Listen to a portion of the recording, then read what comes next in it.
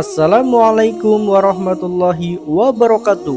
Halo sahabat, setiap manusia masing-masing memiliki amalan dan perbuatan selama hidup di dunia dan mesti dipertanggungjawabkan kelak di hari akhir.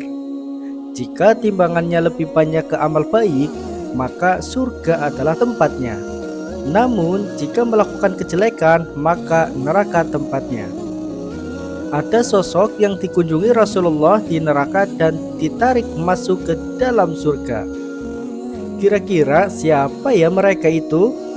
Sebelum lanjut, jangan lupa dukung channel Pocel Islami dengan cara subscribe dan aktifkan notifikasinya supaya kalian tidak ketinggalan informasi menarik seputar Islami lainnya.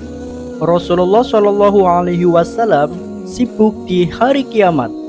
Pada saat manusia mementingkan dirinya sendiri di hari kiamat, Rasulullah Shallallahu Alaihi Wasallam sibuk mencari umatnya ke sana kemari. Beliau sibuk memohon kepada Allah Subhanahu Wa Taala untuk umatnya agar masuk ke dalam surga. Karena perhatiannya yang besar kepada umatnya, Rasulullah Shallallahu Alaihi Wasallam menangguhkan doa-doanya sampai hari kiamat. Hal ini untuk membela dan menyelamatkan umat manusia. Hal ini juga sesuai dengan sabda Rasulullah Shallallahu Alaihi Wasallam. Setiap nabi pasti memiliki doa mustajab. Hanya saja mereka menyegerakan doa mereka di dunia. Namun aku menunda doa itu demi menolong umatku pada hari kiamat. Insya Allah doa itu akan terwujud. Hadis riwayat Bukhari dan Muslim. Rasulullah Shallallahu Alaihi Wasallam memberi syafaat untuk menyelamatkan umatnya. Rasulullah ditawari masuk surga dan syafaat. Namun Rasulullah memilih syafaat karena ingin membela lebih banyak umatnya.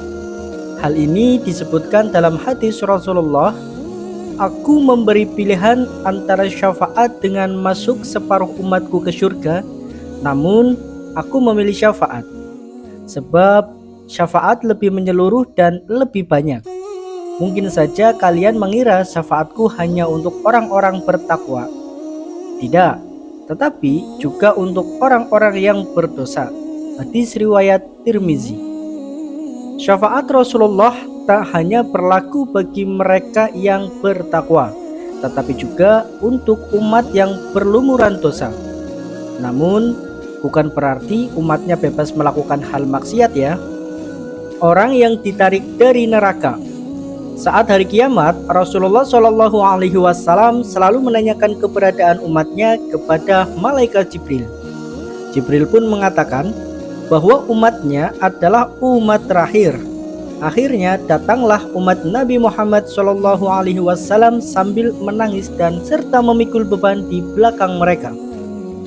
Umat tersebut datang sambil berseru, "Wahai Muhammad!" Nabi Muhammad Shallallahu Alaihi Wasallam bersabda, "Wahai umatku," mereka berkumpul di sisinya sambil menangis. Dan akhirnya Nabi bersujud sangat lama di hadapan Allah Subhanahu Wa Taala, hingga Allah Subhanahu Wa Taala menyuruh Nabi untuk bangkit dari sujudnya. Rasulullah meminta kepada Allah agar bisa diberi minuman karena terik matahari. Lalu Allah mengabulkannya. Setelah itu Nabi Muhammad SAW bersujud kepada Allah agar umatnya diselamatkan dari Shiratal Mustaqim. Allah pun memerintahkan kepada Rasulullah untuk menunggu di ujung sirat. Umat yang banyak amal baiknya akan berhasil melaluinya, namun tidak sedikit yang terjatuh ke dalam neraka.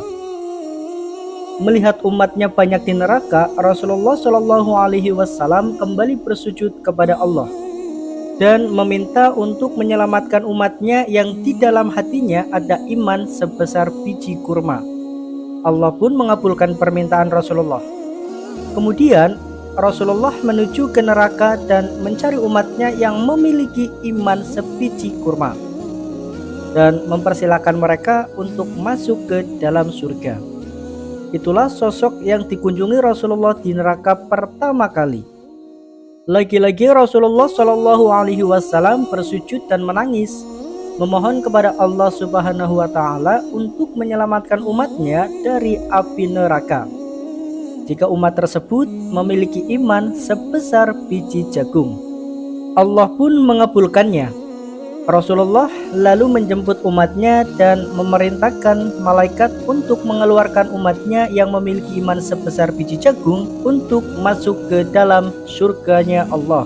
Dan mereka adalah sosok yang dikunjungi Rasulullah Shallallahu Alaihi Wasallam kedua di neraka. Namun tidak cukup di situ, Rasulullah Shallallahu Alaihi Wasallam kembali memohonkan ampun untuk umatnya yang memiliki iman sebesar biji sawi. Hal ini sesuai hadis Rasulullah Shallallahu Alaihi Wasallam. Saat itu aku kembali bersujud kepadanya. Kemudian Allah berfirman, "Angkatlah kepalamu Muhammad, memohon pertolongan apapun engkau akan diberi." Aku pun mengangkat kepala lantas memohon, "Umatku, umatku ya Rob." Allah kembali berfirman, "Temuilah umatmu, siapa saja yang engkau temukan di hatinya keimanan walaupun seberat biji sawi, maka masukkanlah mereka ke dalam surga." Maka siapapun yang aku temukan di dalam hatinya keimanan walau seberat biji sawi, aku masukkan ke dalam surga.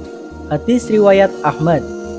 Kemudian Rasulullah Shallallahu Alaihi Wasallam kembali bersujud kepada Allah dan meminta penyelamatan umatnya yang tidak punya amalan kecuali hanya mengatakan La ilaha illallah, dan Allah pun mengizinkannya. Sebarkan konten-konten seperti ini jika menurut kalian bermanfaat, supaya kebaikan akan terus mengalir dan menjadi pahala jariah kepada sahabat.